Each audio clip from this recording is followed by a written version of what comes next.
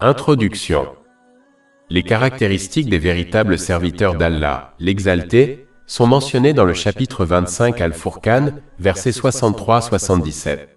Ce sont ces musulmans qui bénéficieront de la sécurité et de grandes bénédictions dans ce monde et dans l'autre.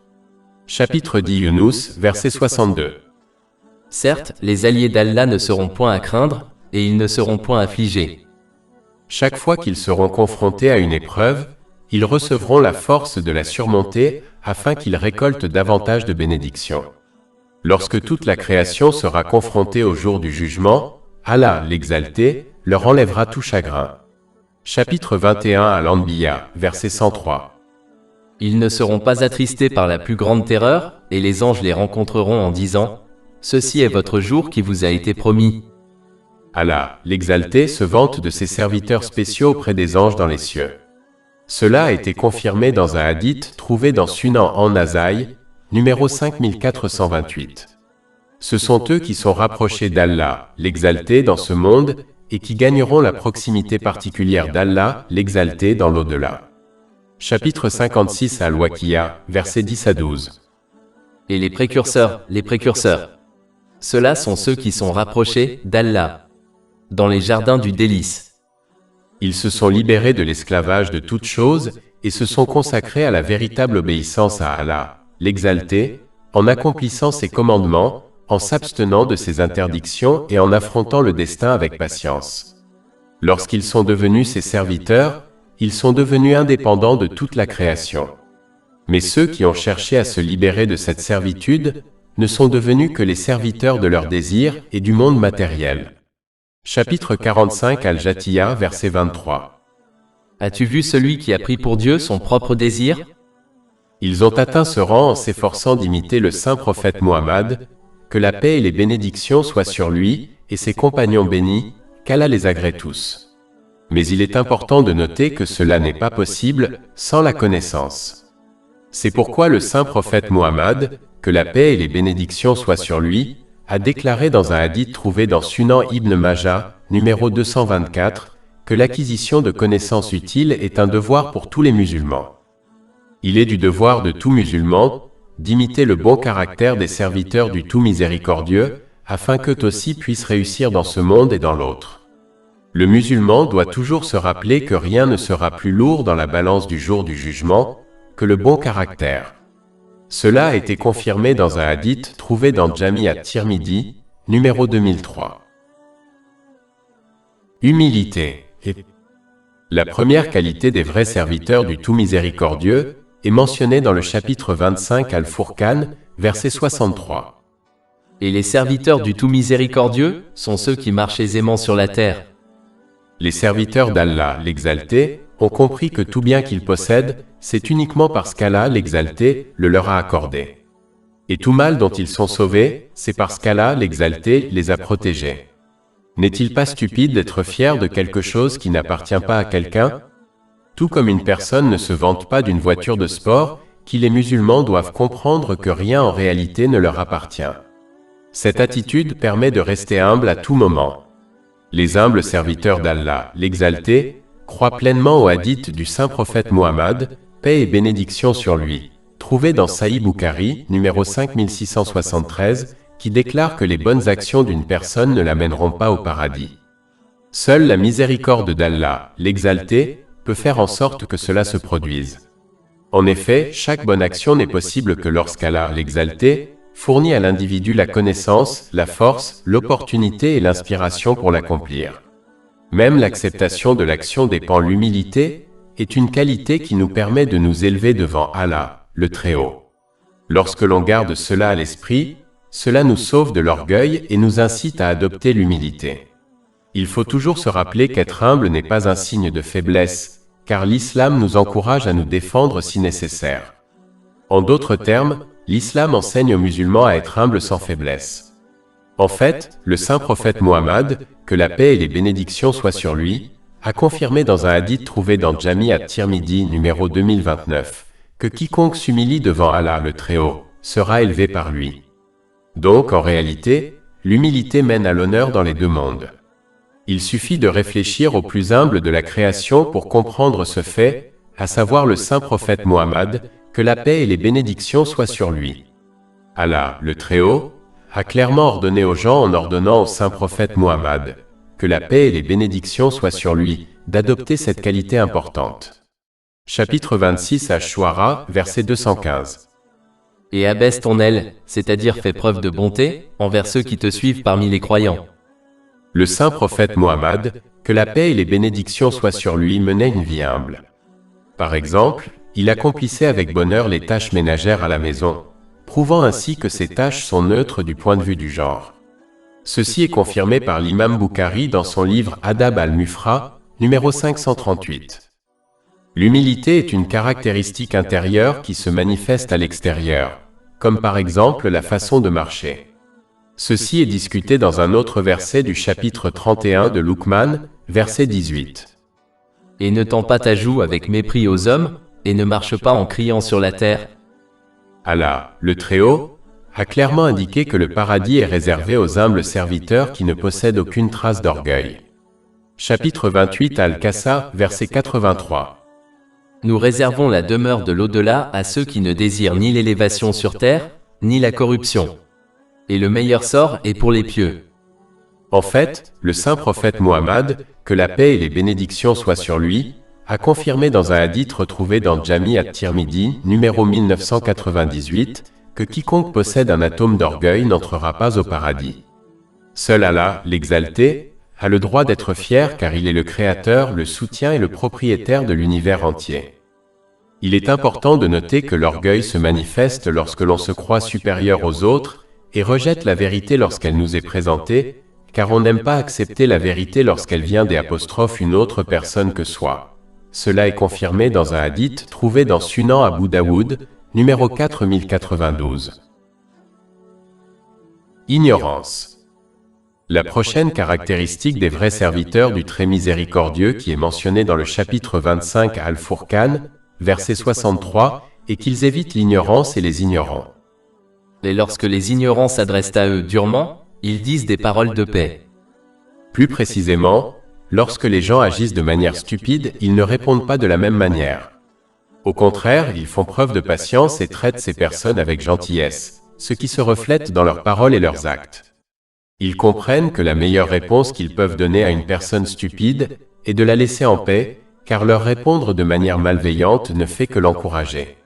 Cela ne signifie pas qu'ils ne se défendent pas, comme l'islam le permet, mais qu'ils ont adopté l'humilité sans faiblesse. Ils ne veulent pas perdre leur temps avec des gens qui ne cherchent que des ennuis. L'ignorance est une caractéristique détestée en islam, et c'est l'une des raisons pour lesquelles la recherche du savoir est un devoir pour tous les musulmans. Cela est confirmé par un hadith trouvé dans Sunan Ibn Majah, numéro 224. Les ignorants commettent des péchés sans même s'en rendre compte, c'est pourquoi les vrais serviteurs du Tout Miséricordieux évitent ces gens et cette caractéristique en consacrant du temps à l'étude du Saint-Coran et des traditions du Saint Prophète Mohammed. Que la paix et les bénédictions soient sur lui, et s'efforcent d'adopter ses enseignements dans leur vie par des actions. Chapitre 39 Az-Zumar, verset 9. Dis, ceux qui savent sont-ils égaux à ceux qui ne savent pas? Le Saint-Coran a clairement indiqué qu'une personne ignorante ne peut atteindre la véritable piété. Chapitre 35 Fatir, verset 28. Parmi ses serviteurs, seuls craignent Allah ceux qui ont le savoir. En effet, la connaissance est nécessaire pour adopter les bonnes caractéristiques et éviter les mauvais traits recommandés dans les enseignements islamiques. Si l'on n'est pas conscient d'un mauvais trait, comment peut-on l'éviter ou l'éliminer de notre caractère? Il ne faut pas seulement s'efforcer d'acquérir et d'agir selon la connaissance islamique, mais il faut toujours maintenir le respect envers ceux qui possèdent la connaissance, car cela nous éloigne de l'orgueil. Le Saint-Coran conseille aux musulmans de se détourner de la compagnie des ignorants, car ils ne peuvent qu'inspirer à leurs amis des choses inutiles ou mauvaises. Chapitre 28 Al-Qassa, verset 55. Et quand ils entendent des paroles mauvaises, ils s'en détournent et disent « À nous sont nos œuvres et à vous vos œuvres. Que la paix soit sur vous. Nous ne recherchons pas les ignorants. » Cela ne signifie pas qu'il ne faut pas conseiller ou enseigner aux ignorants, mais cela doit être laissé aux musulmans instruits qui ont adopté les caractéristiques adéquates requises pour diffuser correctement le message de l'islam. Le véritable ignorant n'est pas celui qui manque de savoir. En réalité, l'ignorant est celui qui n'agit pas en fonction de son savoir. Une telle personne est ignorante même si elle possède beaucoup de savoir. Agir en fonction de son savoir est un savoir qui est bénéfique. Tout le reste n'est qu'un savoir de la langue qui ne profitera pas à celui qui le possède. En réalité, ce savoir témoignera contre une personne le jour du jugement. Les musulmans doivent donc s'efforcer d'apprendre et d'agir en fonction du savoir islamique et chercher refuge auprès d'Allah, l'exalté, contre le savoir qui n'est pas bénéfique, comme l'a conseillé le saint prophète Mohammed, que la paix et les bénédictions soient sur lui. Cela est confirmé dans un hadith trouvé dans Sunan Ibn Majah, numéro 3843. La prière de la nuit. La caractéristique suivante des vrais serviteurs du Tout Miséricordieux est mentionnée dans le chapitre 25 Al-Furqan, verset 64. Et ceux qui passent une partie de la nuit devant leur Seigneur, prosternés et debout en prière. Français, ils prouvent leur sincérité envers Allah, l'exalté, en sacrifiant une partie de leur sommeil et de leur repos afin de l'adorer, quand aucun autre œil ne les regarde. Les caractéristiques précédentes ont mentionné des traits qui sont publics, on peut donc accuser ces serviteurs de se mettre en avant. Mais cette caractéristique prouve leur sincérité. Ce verset indique clairement que les vrais serviteurs du Tout Miséricordieux sont ceux qui ont accompli leurs prières obligatoires. On accomplit des prières surérogatoires régulièrement qu'après avoir accompli les prières obligatoires. Il n'y a pas de succès sans cela. En fait, le saint prophète Mohammed, que la paix et les bénédictions soient sur lui, a promis le paradis à celui qui accomplit correctement ses prières dans un hadith trouvé dans Sunan Ibn Majah, numéro 1401. L'accomplissement de la prière est un moyen d'avoir une conversation intime avec Allah, l'exalté. C'est un signe de notre servitude envers Allah, l'exalté. La prière nocturne a d'innombrables vertus. Par exemple, un hadith trouvé dans Sunan en Nasaï, numéro 1614, conseille quelle est la meilleure prière surérogatoire. La nuit est le moment où Allah, l'exalté, descend aux cieux de ce monde selon sa dignité infinie et invite les gens à son pardon et à sa miséricorde. Cela est confirmé par un hadith trouvé dans Sahih Bukhari, numéro 6321. Personne n'aura un rang plus élevé au jour du jugement ou au paradis que le saint prophète Mohammed, paix et bénédiction d'Allah sur lui, et ce rang a été directement lié à la prière nocturne. Chapitre 17 Al-Isra, verset 79. Et pendant une partie de la nuit, priez avec elle, c'est-à-dire la récitation du Coran, comme adoration additionnelle pour vous. Il est attendu que votre Seigneur vous ressuscitera à une station louée. Cela montre que ceux qui accomplissent la prière nocturne surérogatoire seront bénis par les plus hauts rangs dans les deux mondes. Le saint prophète Mohammed, que la paix et les bénédictions soient sur lui, a conseillé de se rapprocher d'Allah l'exalté dans un hadith trouvé dans Jami at-Tirmidhi, numéro 3579. Par conséquent, on peut obtenir d'innombrables bénédictions si l'on est éveillé et que l'on se souvient d'Allah l'exalté à ce moment-là.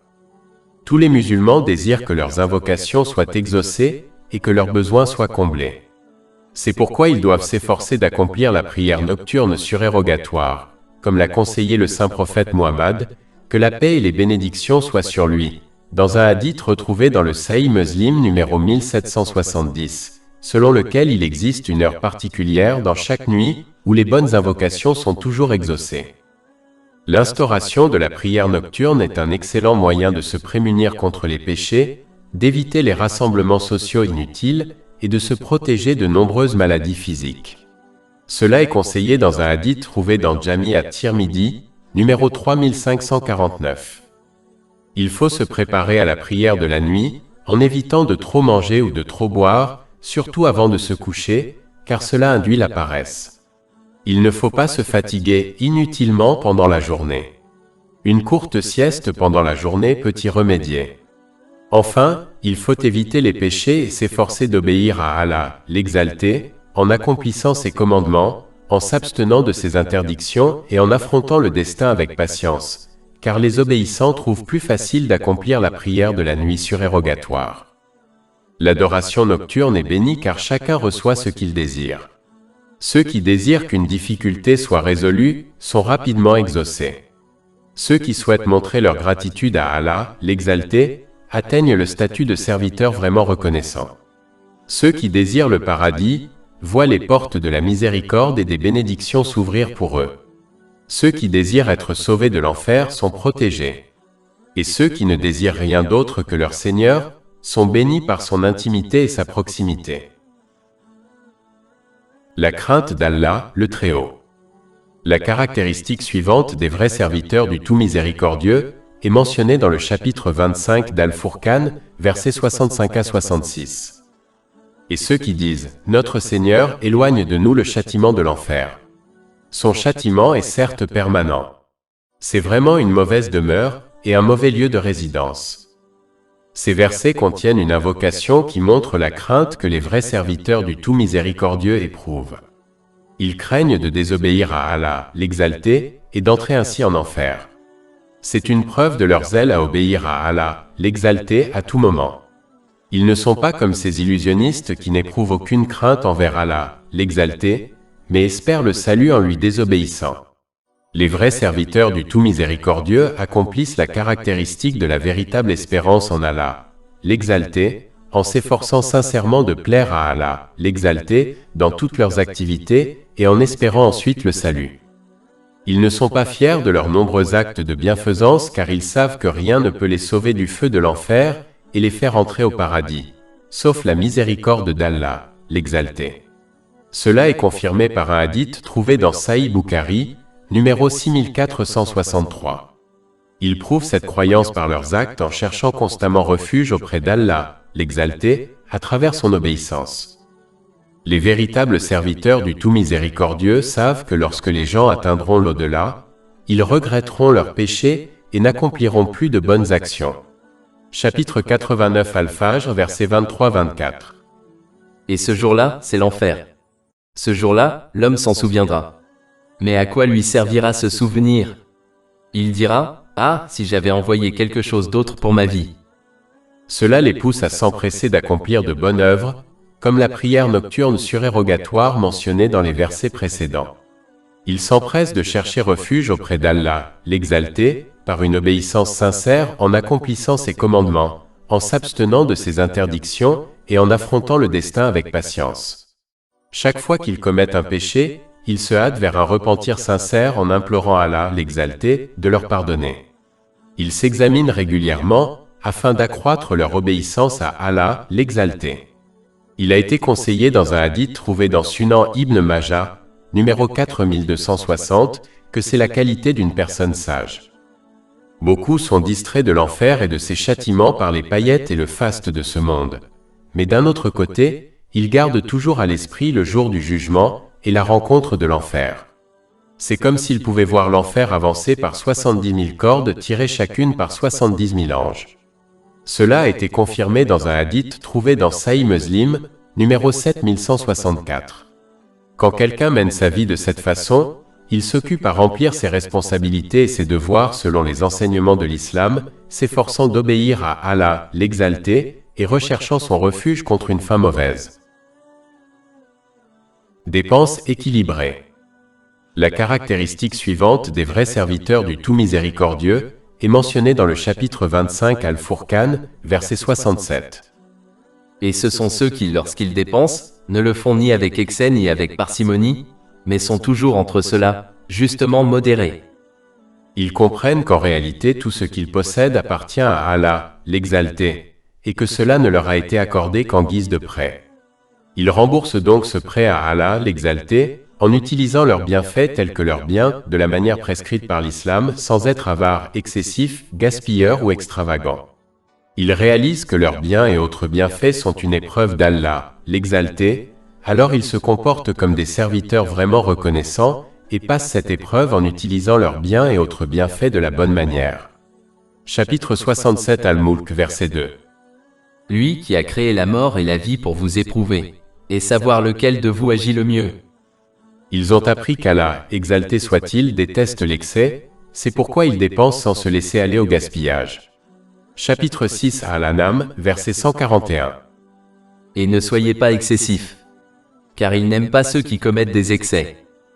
Ils évitent à tout prix d'être avares car ils connaissent le hadith trouvé dans Jami at-Tirmidhi numéro 1961, qui avertit que la vide est loin d'Allah, l'exalté, loin du paradis, loin des gens et plutôt proche du feu de l'enfer. Ce même hadith conseille qu'Allah, l'exalté, préfère une personne généreuse ignorante à un adorateur avare.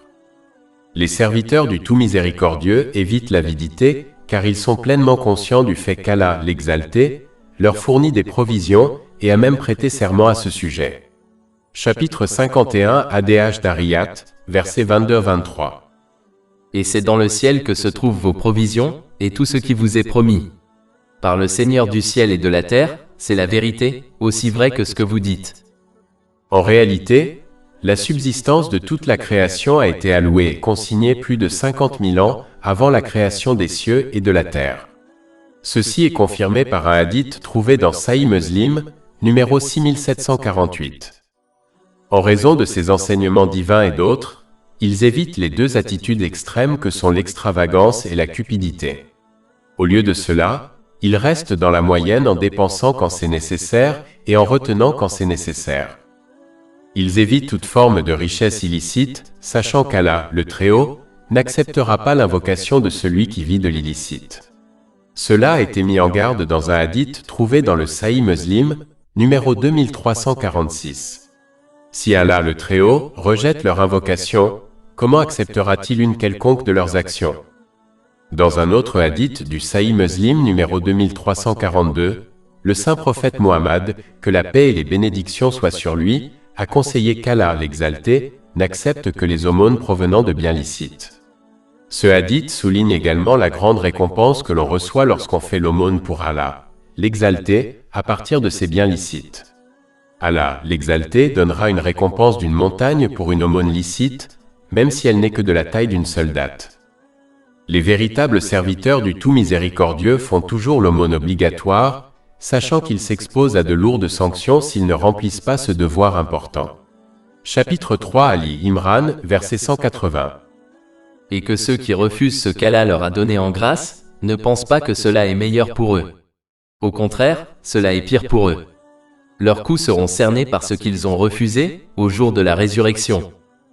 Au lieu de courir après l'excès de richesse, les serviteurs du Tout Miséricordieux prennent ce dont ils ont besoin pour s'acquitter de leurs responsabilités et donnent le reste pour la satisfaction d'Allah, l'exalté. C'est ainsi que l'on peut surmonter l'épreuve de la richesse. En fait, ils ont compris qu'un véritable serviteur d'Allah, l'exalté, donne toujours plus que la charité obligatoire comme cela a été indiqué dans le Saint-Coran et les hadiths du saint prophète Mohammed, paix et bénédiction d'Allah sur lui. Par exemple, chapitre 5 Al-Maïda verset 12. Et Allah dit, je suis avec vous. Si vous accomplissez la salah, acquittez la zaka, croyez en mes messagers, les soutenez et faites à Allah un bon prêt.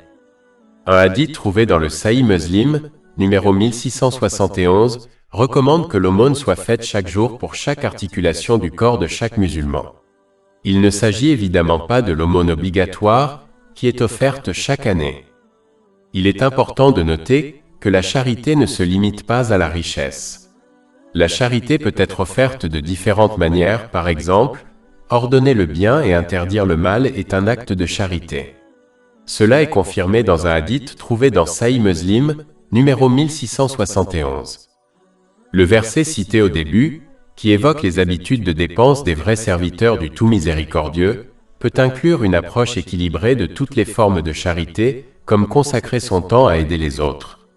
Celui qui ne trouve pas cet équilibre consacrera trop de temps à aider les autres, ce qui l'amènera à négliger ses propres devoirs et responsabilités. Celui qui ne consacre pas suffisamment de temps à aider les autres deviendra égocentrique et ne se souciera que de lui-même, ce qui n'est pas l'attitude d'un vrai musulman. Les véritables serviteurs du Tout Miséricordieux ont toujours une bonne intention lorsqu'ils dépensent. Ils n'annulent pas leur aumône en rappelant aux autres leurs bienfaits. Chapitre 2 Al-Baqarah, verset 264. Ô vous qui croyez! N'annulez pas vos aumônes par des rappels ou des injures. Comme ils dépensent sincèrement pour Allah, l'exalté, ils ne recherchent rien d'autre auprès de quiconque. En raison de leur intention pieuse, Allah, l'exalté, les récompensent même lorsqu'ils dépensent pour des choses qui semblent matérielles, par exemple pour leur famille. Cela a été conseillé dans un hadith trouvé dans Sahih Bukhari, numéro 4006. Ils savent que leurs bonnes dépenses sont une faveur d'Allah, l'Exalté, car ils ne pourraient jamais obtenir cet équilibre sans la miséricorde d'Allah, l'Exalté, et ils restent donc reconnaissants à tout moment.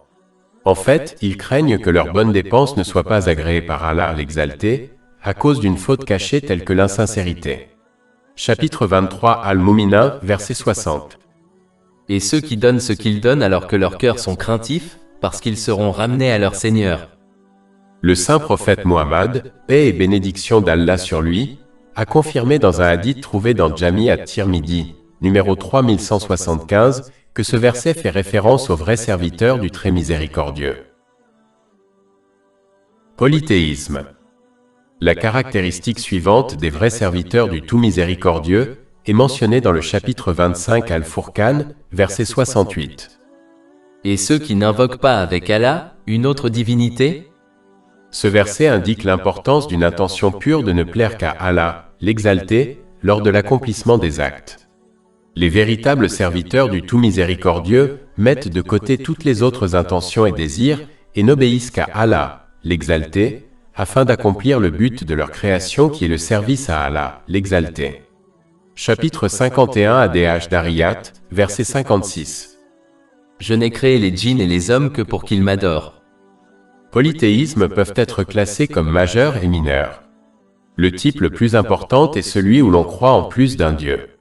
Si une personne meurt dans cet état, elle ne sera pas pardonnée. Chapitre 4 en Nisa, verset 48.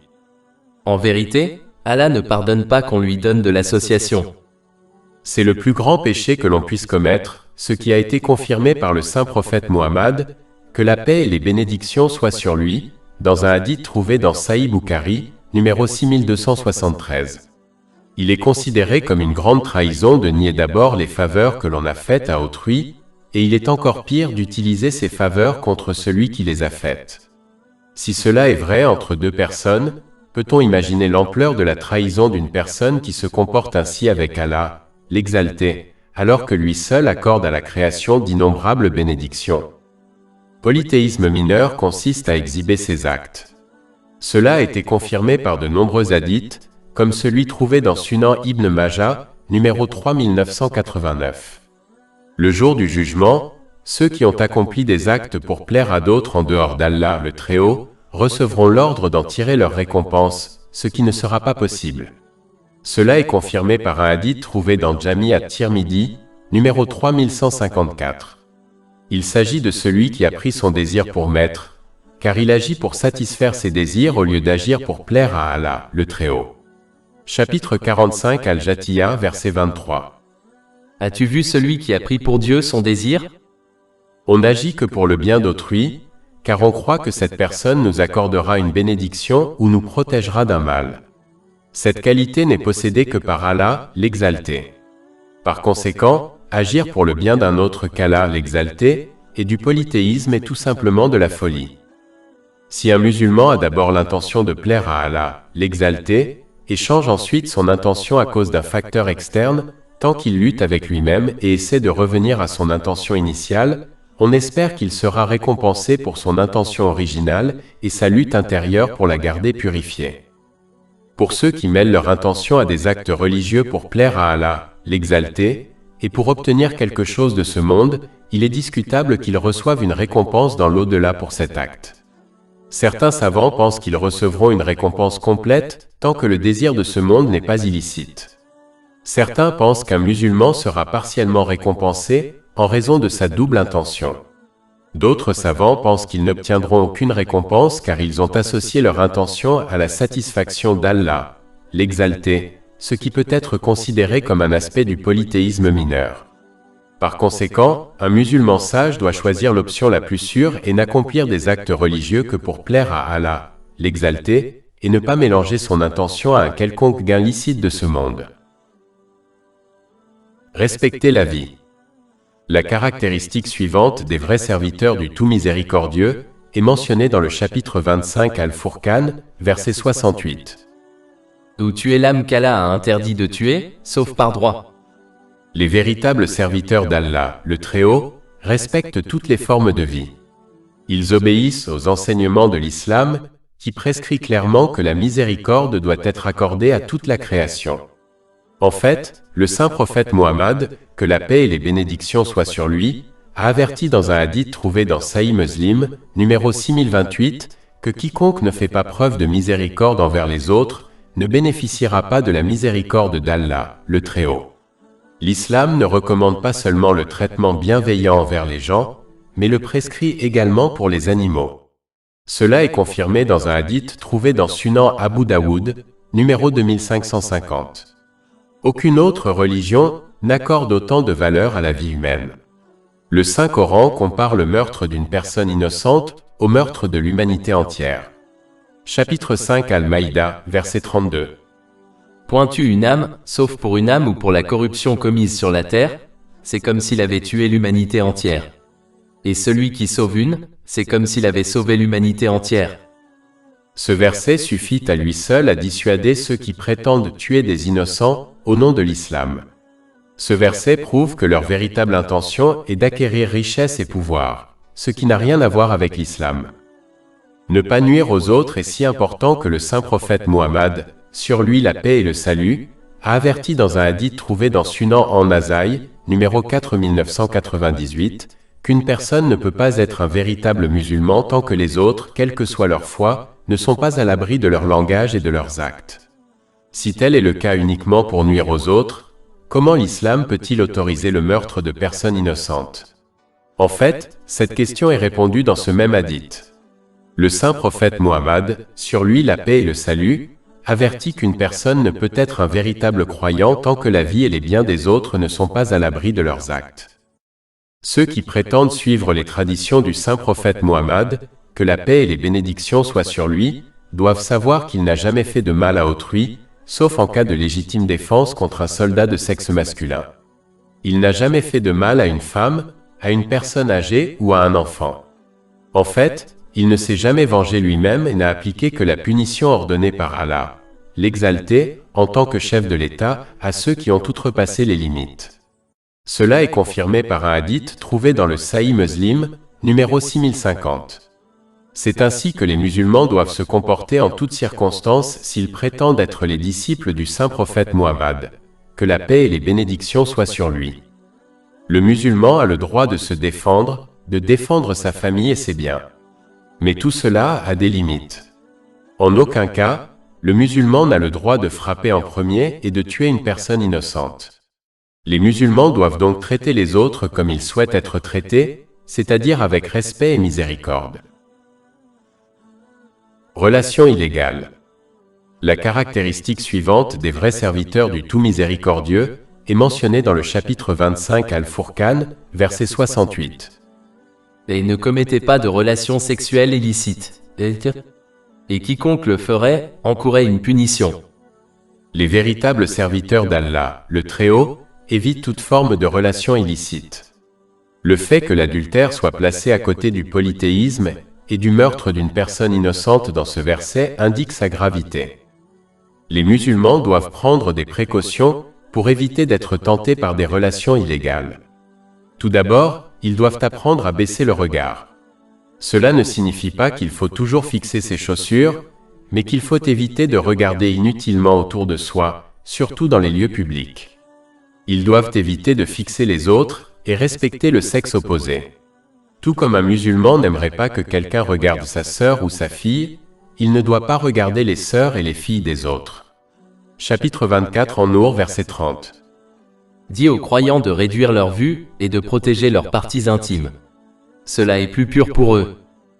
Dans la mesure du possible, un musulman doit éviter de passer du temps seul avec une personne du sexe opposé, à moins qu'il ne soit lié par un lien de parenté qui interdit le mariage. C'est ce que recommande le saint prophète Muhammad, sur lui la paix et le salut, dans un hadith retrouvé dans Sahih Bukhari, numéro 1862. Les musulmans doivent s'habiller et se comporter avec pudeur. S'habiller avec pudeur permet d'éviter d'attirer le regard des étrangers, et se comporter avec pudeur permet d'éviter de prendre des mesures qui pourraient conduire à une relation illégale, comme de parler inutilement au sexe opposé. Comprendre les bienfaits qu'il y a à éviter les relations illégales est une autre façon de s'en protéger. Par exemple, le saint prophète Mohammed, que la paix et les bénédictions soient sur lui, a garanti le paradis à celui qui préserve sa langue et sa chasteté.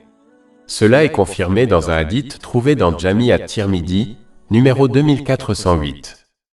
La crainte de la punition pour avoir été impliqué dans des relations illégales aidera également un musulman à les éviter.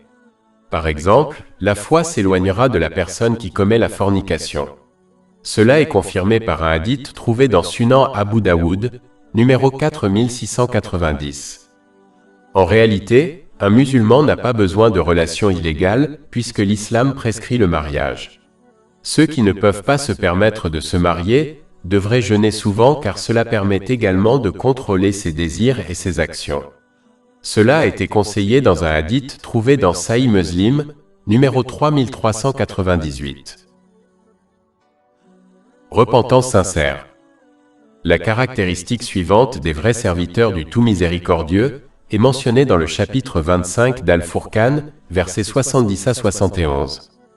Sauf ceux qui se repentent, croient et font de bonnes œuvres. Allah remplacera leurs mauvaises actions par de bonnes. Et Allah est pardonneur et miséricordieux. Et quiconque se repent et fait de bonnes œuvres, revient à Allah avec un repentir accepté. Ces versets indiquent que les véritables serviteurs du Tout Miséricordieux ne sont pas des êtres humains parfaits. Allah, l'exalté, ne s'attend pas à ce qu'il le soit. La première chose à noter est donc qu'un musulman ne doit jamais abandonner l'espoir en l'infinie miséricorde d'Allah, l'exalté, car cela peut le conduire vers la mécréance. Chapitre 12 Yusuf, verset 87. En vérité, seuls les gens mécréants désespèrent du soulagement d'Allah. En fait, à part le polythéisme majeur, Allah, l'exalté, pardonne tous les péchés. Chapitre 4 en Isa, verset 116. En vérité, Allah ne pardonne pas qu'on lui donne de l'association, mais il pardonne le moins à qui il veut. Tant qu'un musulman a encore un peu de souffle en lui, il n'est jamais trop tard pour se tourner vers Allah, l'exalté, dans un repentir sincère. Cela a été confirmé dans un hadith trouvé dans Sunan Ibn Majah, numéro 4253. Il est néanmoins essentiel pour tous les musulmans d'éviter tous les péchés, qu'ils soient majeurs ou mineurs, car l'heure de la mort est inconnue. Si un musulman continue à retarder le repentir sincère, il risque de rencontrer la mort sans s'y être préparé. Il en sera alors profondément désolé. En fait, retarder le repentir en croyant que ses péchés sont insignifiants est le signe d'une personne mauvaise, selon le hadith trouvé dans Jami at-Tirmidhi, numéro 2497. Ce hadith conseille à une personne bonne de voir ses péchés comme s'ils étaient une montagne sur le point de s'effondrer sur elle, alors elle se hâte de se repentir sincèrement sans délai. Les péchés mineurs peuvent être effacés par des actes justes, mais les péchés majeurs nécessitent un repentir sincère. Cela est indiqué au chapitre 4 en Isa, verset 31. Si vous évitez les péchés majeurs qui vous sont interdits, nous vous effacerons vos péchés mineurs, et vous ferons entrer par une noble entrée, au paradis. Le repentir sincère consiste à regretter le péché commis, à demander pardon à Allah le Très-Haut, à promettre sincèrement de ne plus commettre le péché ou un péché similaire, et si possible, de réparer les torts causés. Si le péché est commis contre des personnes, le musulman doit, si possible, demander pardon à ces personnes et les rétablir dans leurs droits. Si la personne ne leur pardonne pas, la justice sera établie au jour du jugement. Les bonnes actions de l'oppresseur seront attribuées à sa victime, et si nécessaire, les péchés de la victime seront attribués à son oppresseur. Cela peut bien conduire l'oppresseur à être jeté en enfer. Cela a été confirmé dans un hadith trouvé dans Sahih Muslim, numéro 6579. Changer pour le mieux. La caractéristique suivante des vrais serviteurs du Tout Miséricordieux est mentionnée dans le chapitre 25 Al-Furqan, verset 71. Et quiconque se repent et fait le bien revient certes à Allah avec un repentir accepté. L'un des signes d'un repentir sincère accepté par Allah, l'exalté, est indiqué dans ce verset. Après s'être repenti intérieurement et par des paroles, le musulman doit soutenir ce repentir en accomplissant de bonnes actions et en s'abstenant de tout péché supplémentaire.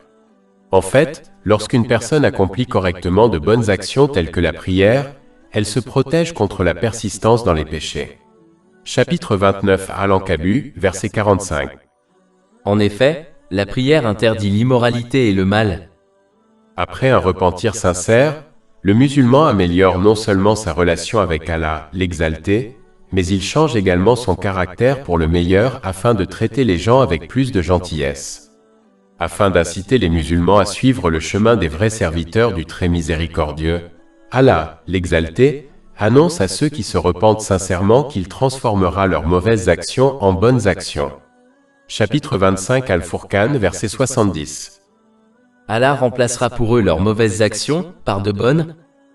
Ce bienfait est bien plus grand que l'effacement des péchés. C'est pourquoi les musulmans doivent profiter du temps qui leur est accordé en se repentant sincèrement de leurs péchés et en s'efforçant d'agir correctement en accomplissant les commandements d'Allah, l'exalté, en s'abstenant de ses interdictions et en affrontant le destin avec patience.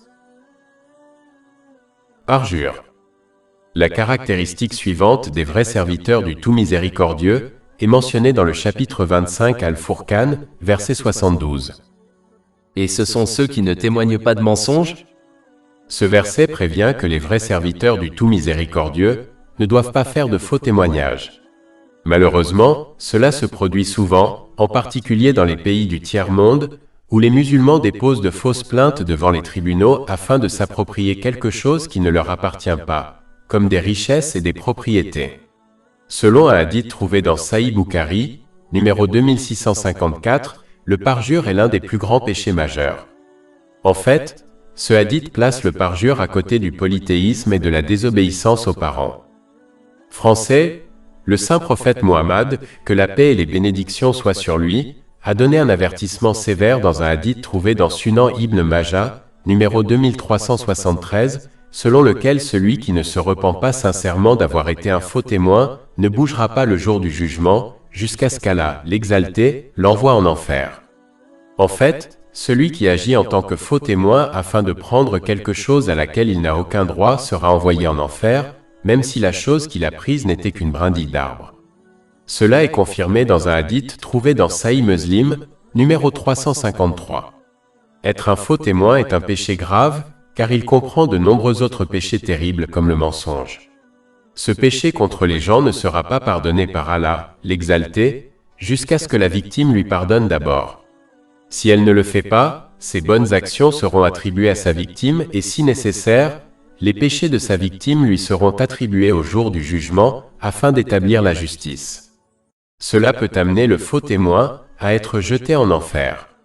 Ceci a été confirmé dans un hadith trouvé dans Sahih Muslim, numéro 6579.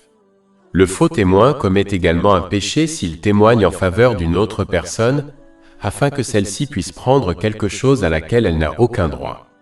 Cette attitude défie clairement le commandement du Saint-Coran, qui conseille aux musulmans de ne pas s'entraider dans le mal, mais de s'entraider dans les bonnes choses. Chapitre 5 Al-Maïda, verset 2.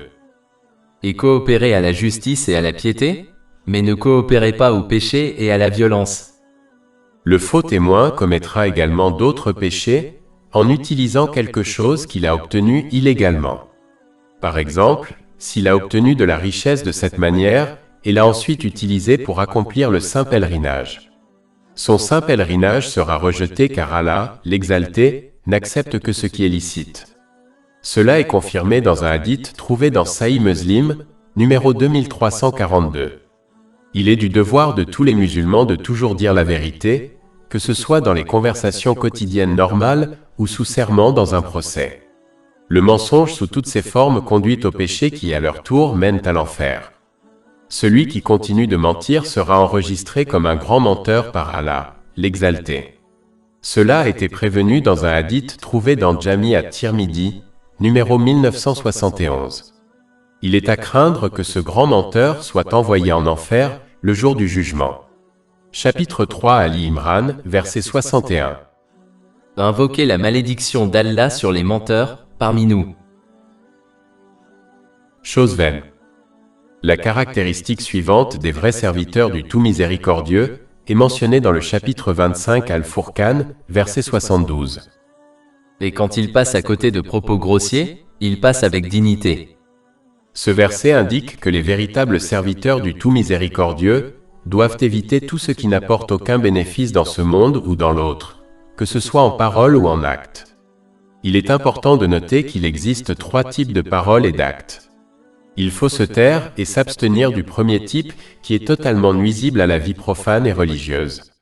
Le deuxième type ne fait que perdre du temps, ce qui sera un grand regret au jour du jugement.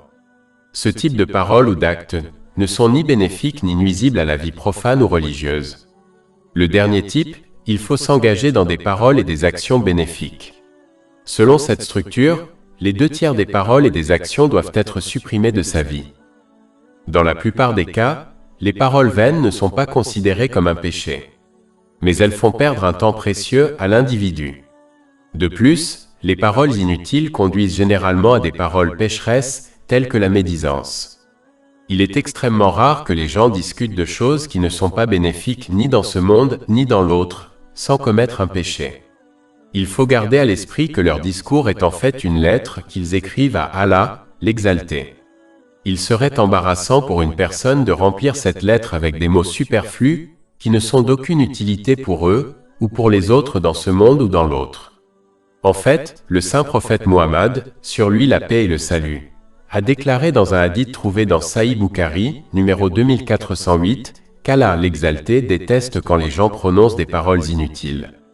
Il ressort clairement de nombreux hadiths que le saint prophète Muhammad, sur lui la paix et le salut, n'a pas prononcé de paroles inutiles et a montré une aversion pour cela.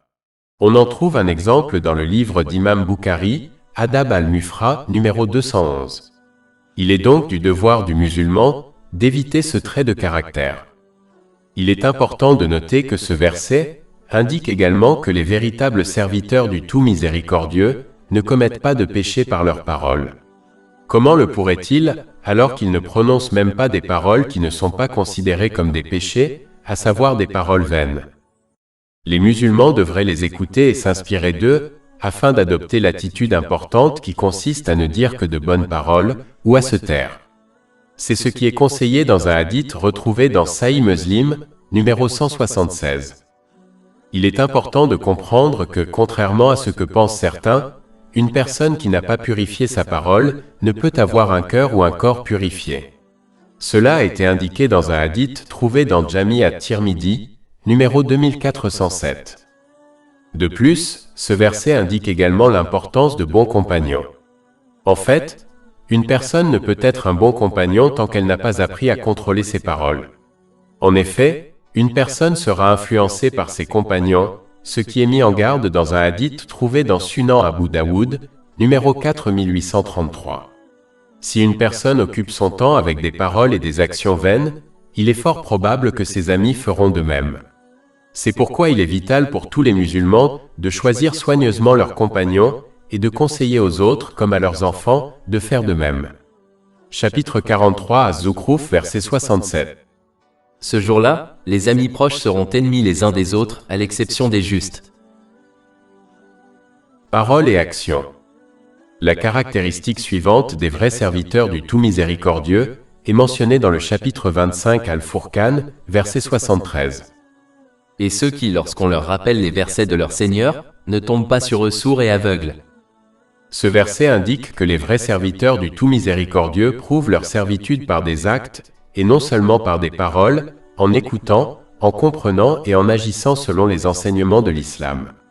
De nombreux musulmans récitent le Saint-Coran, mais se sentent déconnectés d'Allah, l'Exalté. Cela est dû au fait qu'ils ne respectent que le premier aspect du Saint-Coran, à savoir le réciter. Dans la plupart des cas, ces musulmans ne comprennent pas la langue arabe. Comment le Saint-Coran peut-il affecter leur comportement? En réalité, ces personnes agissent comme si elles étaient sourdes et aveugles au Saint-Coran, car elles ne prennent pas la peine de respecter les autres aspects plus importants du Saint-Coran. Le deuxième aspect est de le comprendre, ce qui peut être fait en étudiant ses interprétations authentiques et approuvées. Le dernier aspect du Saint-Coran est d'agir selon ses enseignements. Il ne suffit pas de l'envelopper dans un joli vêtement et de le placer sur une étagère en hauteur dans sa maison. Le Saint-Coran est un livre de guidance et non un ornement de maison. Comment peut-on être guidé par lui, si l'on ne respecte pas tous ces aspects? C'est ce à quoi aspirent les véritables serviteurs du tout miséricordieux. Il ressort clairement de ce verset que l'ignorance et la véritable servitude envers Allah, l'exalté, ne peuvent pas être réunies dans un même cœur. Une famille pieuse. La caractéristique suivante des vrais serviteurs du tout miséricordieux est mentionnée dans le chapitre 25 Al-Furqan, verset 74. Et ceux qui disent « Notre Seigneur, accorde-nous parmi nos épouses et notre descendance, une paix pour nos yeux ». Ce verset indique l'importance de se marier selon les enseignements de l'islam. Cela signifie que les vrais serviteurs du tout miséricordieux doivent suivre les conseils du saint prophète Muhammad, que la paix et les bénédictions soient sur lui, que la paix et les bénédictions d'Allah soient sur lui, contenu dans le Sahih Muslim, numéro 3635, lorsqu'ils choisissent avec qui se marier. Ce hadith conseille de se marier pour sa beauté, sa lignée, sa richesse ou pour sa piété. Le saint prophète Muhammad, que la paix et les bénédictions soient sur lui, a conseillé aux musulmans d'épouser quelqu'un qui possède de la piété. Il est important de comprendre que les trois premières choses mentionnées dans ce hadith sont très transitoires et imparfaites. Elles peuvent procurer un bonheur temporaire à quelqu'un, mais en fin de compte, ces choses deviendront un fardeau pour lui car elles sont liées au monde matériel et non à ce qui garantit le succès ultime et permanent, à savoir la foi. Il suffit d'observer les riches et les célèbres pour comprendre que la richesse n'apporte pas le bonheur. En fait, les riches sont les personnes les plus insatisfaites et les plus malheureuses sur terre. Se marier à quelqu'un pour le bien de sa lignée est une folie car cela ne garantit pas que la personne sera un bon conjoint. En fait, si le mariage ne fonctionne pas, il détruit le lien familial que les deux familles possédaient avant le mariage. Se marier uniquement pour la beauté, c'est-à-dire l'amour, n'est pas sage car c'est une émotion instable qui change avec le temps et l'humeur. Combien de couples soi-disant noyés dans l'amour ont fini par se détester? Il est important de noter que ce hadith ne signifie pas qu'il faut trouver un conjoint pauvre, car il est important de se marier avec quelqu'un qui peut subvenir aux besoins financiers d'une famille. Cela ne signifie pas non plus qu'il ne faut pas être attiré par son conjoint, car c'est un aspect important d'un mariage sain. Mais ce hadith signifie que ces choses ne doivent pas être la raison principale ou ultime pour laquelle quelqu'un se marie. La piété est la qualité principale et ultime que le musulman doit rechercher chez son conjoint. C'est la piété qui consiste à obéir aux commandements d'Allah, le Très-Haut, à s'abstenir de ses interdictions et à faire face au destin avec patience. En d'autres termes, celui qui craint Allah, le Très-Haut, traitera bien son conjoint dans les moments de bonheur comme dans les moments difficiles. En revanche, celui qui n'est pas religieux maltraitera son conjoint chaque fois qu'il sera contrarié. C'est l'une des principales raisons pour lesquelles la violence domestique a augmenté parmi les musulmans ces dernières années.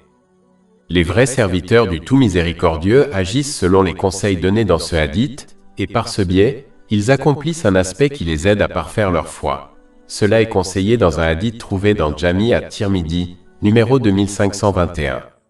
C'est seulement par ce comportement qu'un musulman peut atteindre la fraîcheur de ses yeux, grâce à son conjoint, ce qui est indiqué dans ce verset. Pour que l'enfant devienne pieux, il faut d'abord lui apprendre à être pieux, en lui montrant l'exemple et en lui montrant la voie.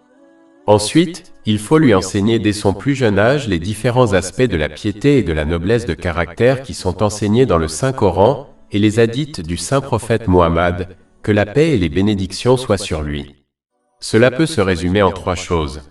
Accomplir les commandements d'Allah, l'exalter, s'abstenir de ses interdictions et faire face au destin avec patience. C'est seulement en prenant ces mesures que les parents peuvent exaucer la supplication de ce verset.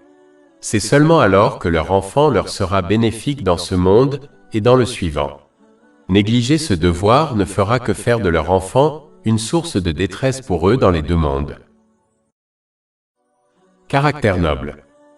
La caractéristique suivante des vrais serviteurs du tout miséricordieux est mentionnée à la fin du chapitre 25 Al-Furqan, verset 74.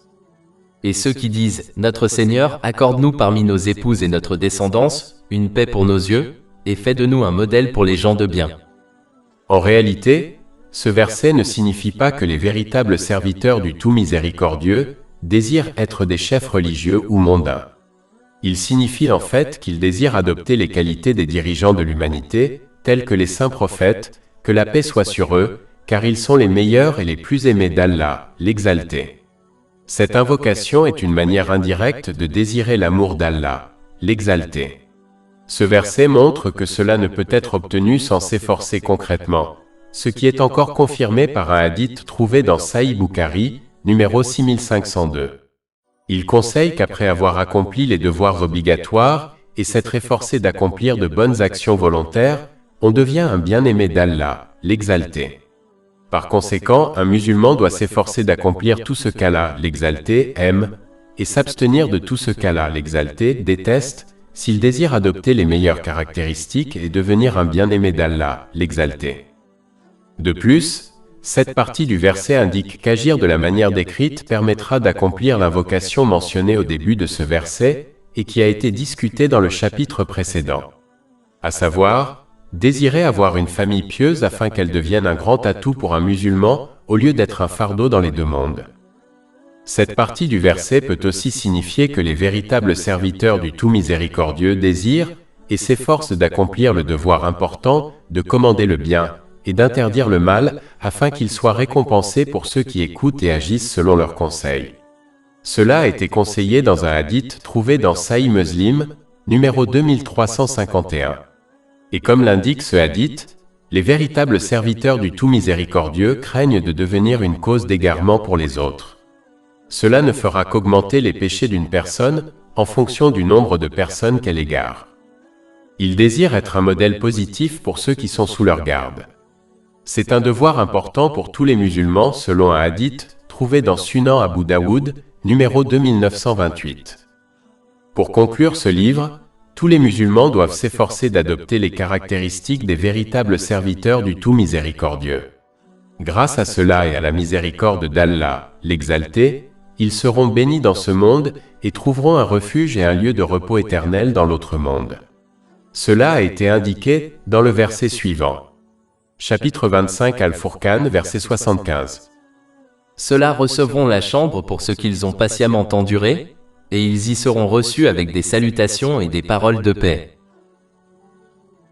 Plus de 400 livres électroniques, livres audio, infographies, podcasts et blogs gratuits disponibles sur notre site web www.chekpod.com.